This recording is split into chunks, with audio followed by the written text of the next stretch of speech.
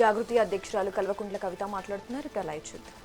Road అమ్మిర్రు, దాని నుంచి ఎంతో కొంత గవర్నమెంట్కి రావాల్సింది పోయి ఉల్టా చెట్ల మీద ఖర్చు, మెయింటెనెన్స్ ఖర్చు మొత్తం కూడా వీళ్ళే పెట్టాలి.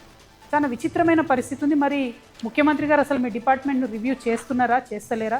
ఎందుకంటే ఔటర్ రింగ్ రోడ్ మొత్తం పొడవు 153 కిలోమీటర్లు ఉంటే అందులో 40 కిలోమీటర్లకు 200 మంది లేబరర్స్ ఉండాలి. కానీ ఇవాళ ఉన్న పరిస్థితి యాజ్ ఆన్ టుడే మీరు పోయి చూస్తే టోటల్ 153 కిలోమీటర్స్కి 150 మంది మాత్రమే లేబర్ ఉన్నారు.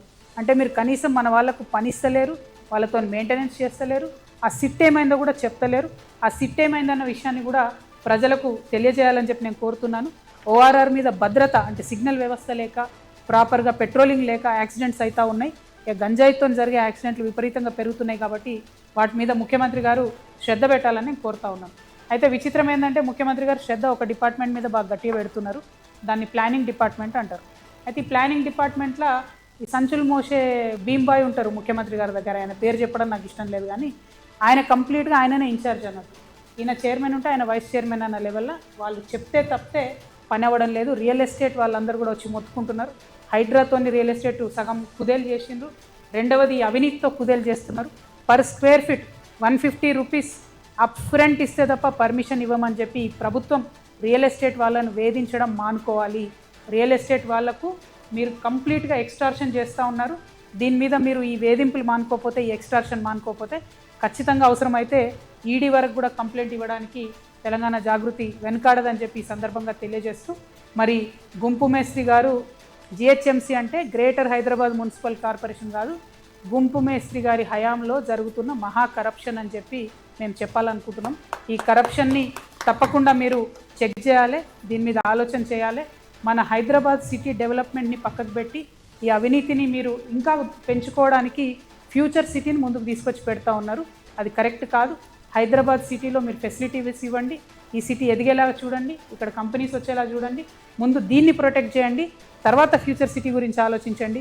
మీ రియల్ ఎస్టేట్ కోసం అటుపోయి హైదరాబాద్ సిటీ ఫ్యూచర్ని నాశనం చేయొద్దని ముఖ్యమంత్రి గారిని కోరుతూ మళ్ళొకసారి డిమాండ్, ఖచ్చితంగా నామినేషన్ ప్రక్రియను క్యాన్సిల్ చేయాలి. టెండర్ సిస్టమ్ ద్వారా మాత్రమే ₹1 అయినా సరే ప్రజలకు జవాబుదారీగా ఉండేటట్టు ముఖ్యమంత్రి గారు శ్రద్ధ పెట్టాలని కోరుతూ సెలవు తీసుకుంటున్నాను. Thank you. జై తెలంగాణ, జై తెలంగాణ, జై జాగృతి. మా పార్టీ అనౌన్స్మెంట్ కార్యక్రమం 25వ తారీఖు ఉంటుంది కాబట్టి మేము ఆ రోజు 25 నాడు జరిగే కార్యక్రమాన్ని పర్యవేక్షించడానికి తెలంగాణ జాగృతి తరఫున ఒక 21 కమిటీలను వేయడం జరిగిందండి. ప్రతి కమిటీలో దాదాపు 30 మంది మనకు సభ్యులు ఉంటారు. ఆ తర్వాత వాలంటీర్ల సంఖ్య దాదాపు ఒక 500 మందితో వాలంటీర్స్ ఉంటారు. ట్రాఫిక్కి కానీ పోలీస్ వాళ్ళకి కానీ వచ్చేటటువంటి అన్ని జిల్లాల నుంచి తరలి వచ్చేటటువంటి వెహికల్స్కి ఇబ్బంది కాకుండా ఈ కమిటీస్ విత్ ఫోన్ నంబర్స్ మేము మా సోషల్ మీడియాలో పెట్టడం జరుగుతుంది. సో ప్రెస్ మిత్రులందరి పక్షాన ప్రజలకు కూడా తెలియజేస్తూ ఉన్నాను. పొద్దున మనకు 10కే ముహూర్తం ఉంది కాబట్టి తొందరగా తరలి రావాలి. వచ్చేటటువంటి వారందరూ కూడా పార్కింగ్ ఏర్పాట్లన్నీ కూడా చేస్తూ ఉన్నారు. బట్ ఏమాత్రం అనుమానాలు ఉన్నా ఈ కమిటీల వివరాలన్నీ ఆన్లైన్లో ఉంటాయి కాబట్టి డైరెక్ట్గా ఫోన్ చేసి తెలుసుకోవచ్చు. జాగృతి బాధ్యులందరినీ కూడా ఒక 21 కమిటీలతోని మేము సభకు ఏర్పాట్లు చేసుకుంటామని సంతోషంగా తెలియజేస్తున్నాము. Thank you. జై తెలంగాణ. జై తెలంగాణ.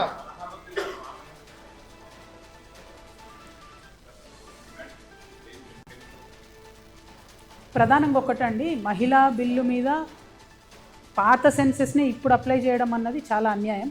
ఆల్రెడీ దీనివల్ల మొన్న జరిగిన పార్లమెంట్ ఎన్నికల్లో మహిళలకు అవకాశాలు పోయినాయి. దాదాపు 10-12 రాష్ట్రాల ఎన్నికలు జరిగినాయి, వాటన్నిటిలో కూడా మా అవకాశాలు పోయినాయి. ఇప్పుడు ఈ అవకాశాలన్నీ పోగొట్టింది 2027 సెన్సెస్ వస్తే ఆ డీటెయిల్స్తో ఏదో లాభం జరుగుతుందని మేము అనుకున్నాం. ఇంకొక ఏడాది అయితే 2027 వస్తుంది.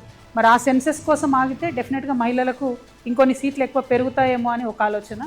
రెండవది, ఈ సెన్సెస్లో కులగణన చేస్తామన్నారు కాబట్టి బీసీ బిడ్డలు ఎంతమంది ఉన్నారో లెక్క పెడతారు కాబట్టి బీసీ ఆడబిడ్డలకు రిజర్వేషన్ వస్తుందేమో అని మేమందరం కూడా ఆశపడ్డాం. కానీ ఆ 2027 సెన్సెస్ వరకు ఆగకపోవడం వెనుక భారతీయ జనతా పార్టీ మరొకసారి వాళ్ళు బీసీ వ్యతిరేకులు అని చెప్పి వాళ్ళంతటా వాళ్ళే నిరూపించుకుంటా ఉన్నారు. దయచేసి బీసీ బిడ్డలు ఆడబిడ్డలు వేచి చూడొద్దు. చాలా బలంగా మనం కోరాల్సిన అవసరం ఉంది. అర్జెంట్ ఏం లేదు మనకు ఇప్పుడు సీట్ల కోసం, ఎందుకంటే మధ్యలో ఇంకొక 5-6 రాష్ట్రాల ఎన్నికలే ఉన్నాయి. 2027 తర్వాత చేస్తే సీట్స్ పెరుగుతాయి, బీసీ రిజర్వేషన్ కోసం కూడా ఫైట్ చేసే అవకాశం ఉంటుంది. కాబట్టి దానికోసం వేచి చూడాలన్నది మా ఆలోచన. బట్ 16, 17, 18 మేము కూడా డ్రాఫ్ట్ బిల్ వచ్చిన తర్వాత స్టడీ చేస్తాం. అవకాశం ఉంటే ఢిల్లీకి కూడా వెళ్దాం అనేటటువంటి ఆలోచనలో ఉన్నాం.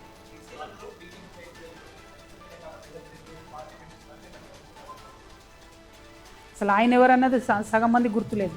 మా నిజామాబాద్ వాళ్ళకే గుర్తులేదు ఆయన ఎవరన్నది. ఆయన గురించి నేను మాట్లాడేందుకే, ఆయన ఏం మాట్లాడతాడో ఆయనకే అర్థం కాదు. పొద్దున ఏం మాట్లాడతాడో రాత్రి ఏం మాట్లాడతారో, ఒక రోజు ఒక మాట ఇంకో రోజు ఇంకో మాట. అట్లాంటి వాళ్ళ గురించి మాట్లాడి నేను టైం వేస్ట్ చేయదలుచుకోలేదు. తెలంగాణ ఆడబిడ్డలు స్వయం ప్రతిపత్తి కలిగినటువంటి వాళ్ళు, స్వతంత్రంగా ఆలోచించుకునేటటువంటి శక్తి ఉన్నవాళ్ళు. నేను తెలంగాణ ఉద్యమంలో రాటుదేలి ప్రజల మధ్యలో ఉండి ప్రజల మధ్యలో బతికి ప్రజల కోసం పనిచేయడానికి వస్తున్నటువంటి ఒక ఆడబిడ్డను. నన్ను పట్టుకొని ఎవరో మద్దతు ఇస్తే మీరు బతుకుంటారు, ఎవరో మద్దతు ఇస్తే మీరు ఉంటారంటే కేవలం ఆయన పురుష అహంకారం కనబడుతుంది తప్పితే ఇంకొకటి కాదు. ఇటువంటి మాటలు అరవింద్ గారు ఇంకోసారి మాట్లాడితే మంచిగా ఉంటుందని కూడా తెలియజేస్తాను. Thank you. జై తెలంగాణ. ఏమో నేను చెప్పిన కదా, ఆయనకు తలకాయనే లేదు. ఆయన గురించి ఎందుకు మనకు డిస్కషన్, వేస్ట్ ముచ్చట. ఆయనకు అరవింద్ అనేట ఆయనకు తలకాయ లేదు, ఉన్న పని చేయదు, వేస్ట్.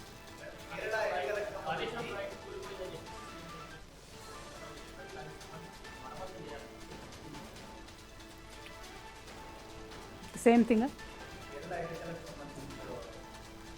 రాజు గారు.